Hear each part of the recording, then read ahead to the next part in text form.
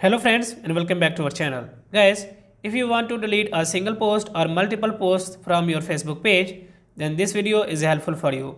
Because in this video I will show you how you can delete any single post or multiple posts from your Facebook page very easily. So without wasting your time, let's get started. First of all, open your Play Store application and here you have to search for Facebook. And here you have to make sure that your Facebook application is up to date. As I have already updated my Facebook application, so I will just click on open.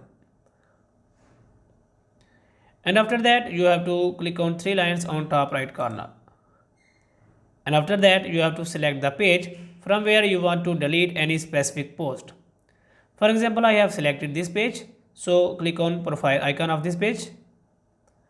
And you have to just scroll down and scroll down to the post to which you want to delete. For example, I want to delete this post, so I have to click on three dots and here you will see different options.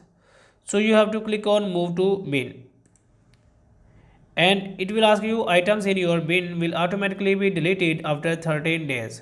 So you have to confirm and click on move. So guys, in this way you can delete your post from your Facebook page very easily.